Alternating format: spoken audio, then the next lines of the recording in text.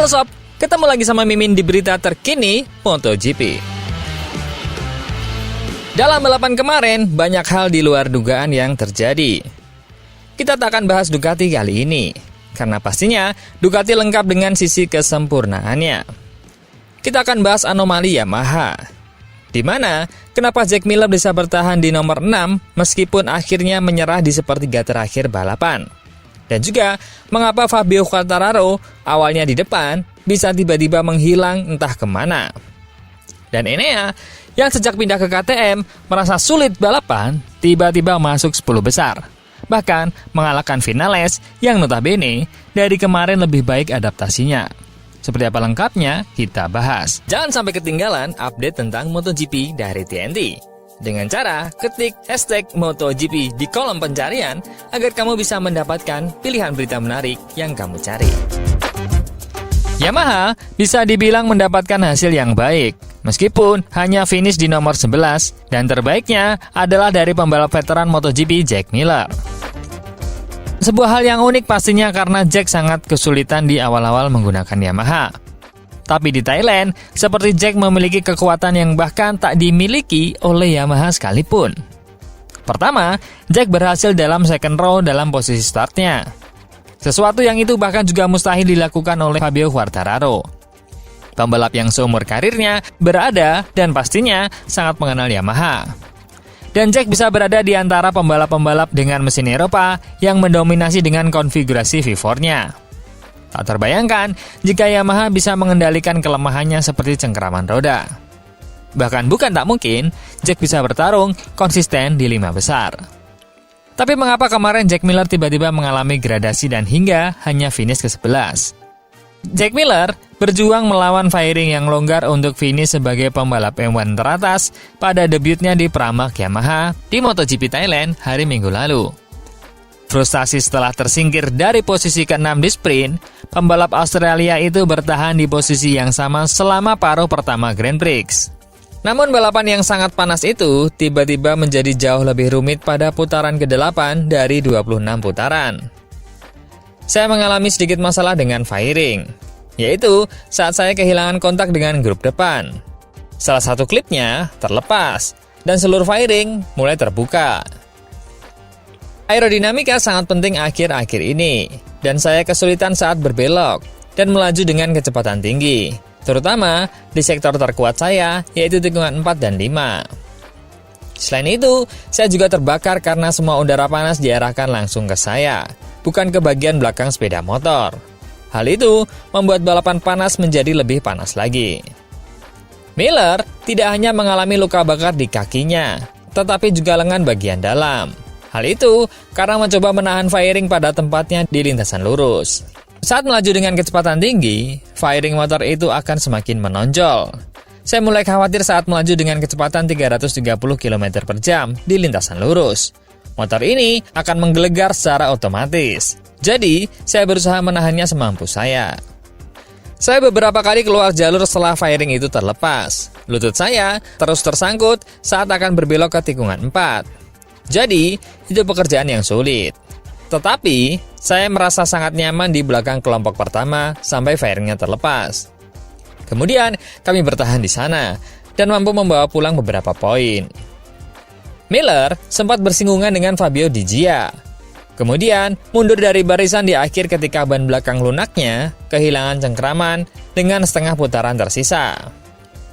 Saya bertarung dengan Di Gia, mencoba mengejarnya. Saya mengabaikan kehati-hatian dalam konsumsi ban pada tahap itu.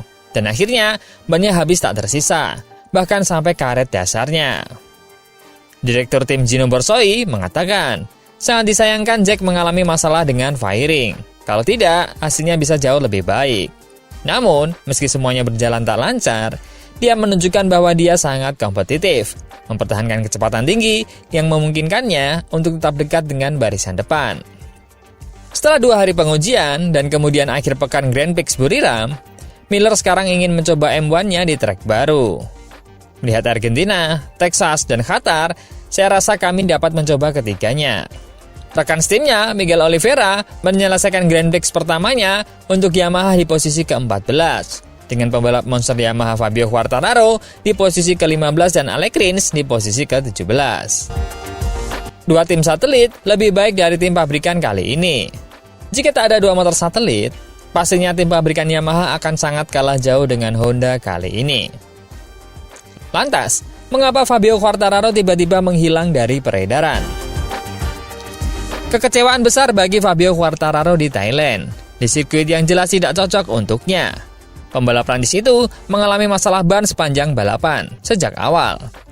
Kami dengan cepat melihatnya turun peringkat, hingga dia mendapati dirinya berada di luar 15 besar, di belakang rekan setimnya Alex Rins. El Diablo berhasil naik sedikit mendekati akhir, dengan meraih poin untuk posisi ke-15. Quartararo meninggalkan sirkuit dengan perasaan tidak lebih bahagia.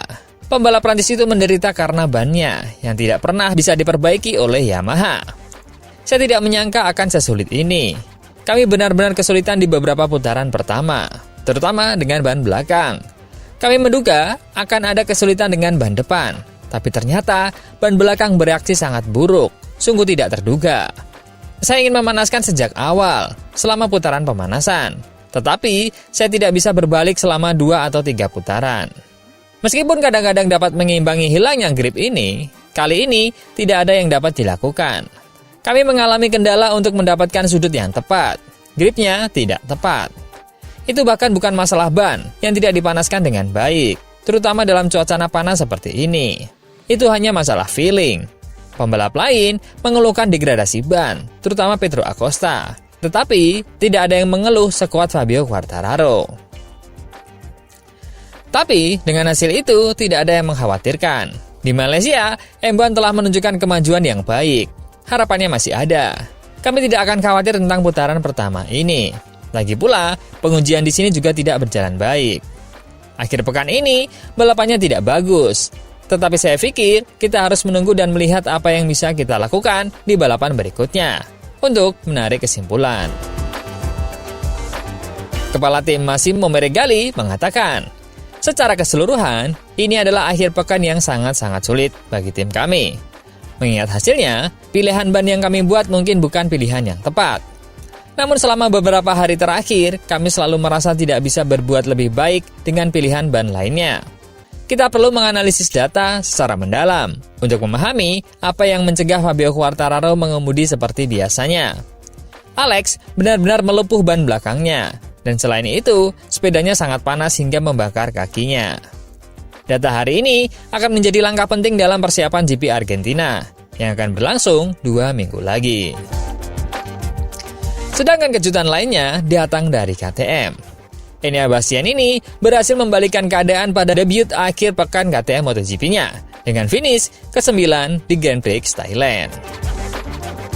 Bastianini yang finish ketiga dari bawah dalam sprint pada hari Sabtu dengan waktu balapan hampir 30 detik lebih lambat dari edisi tahun lalu, dia mampu finish 10 besar dalam balapan utama pertamanya dengan RC16. Hanya terpaut 0,124 detik di belakang veteran KTM, Brad Binder di posisi ke-8. Itu adalah pemulihan yang luar biasa bagi Bastianini dari Tech 3 dan di atas harapannya. Saya rasa ini sedikit lebih baik dari yang saya harapkan, kata Bastianini. Ini merupakan balapan yang bagus, terutama di bagian tengah balapan, saya lebih cepat dibandingkan pembalap di posisi 7 teratas. Tapi yang penting adalah belajar dan memahami lagi dibandingkan pembalap lain, dan mengecek apa kelebihan dan kekurangan saya. Saya mengonfirmasi feeling saya.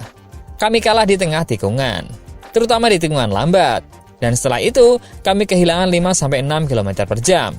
Dan untuk keluar tikungan itu tidak bagus, terutama saat ban masih baru. Bastianini menjelaskan dialah yang membuat perbedaan di tengah balapan. Dia awalnya berada di posisi ke-16 hingga putaran 14, tetapi masuk dalam 10 besar pada putaran 22, dan akhirnya melewati Fabio Di Gia untuk posisi ke-9 dalam 2 putaran tersisa.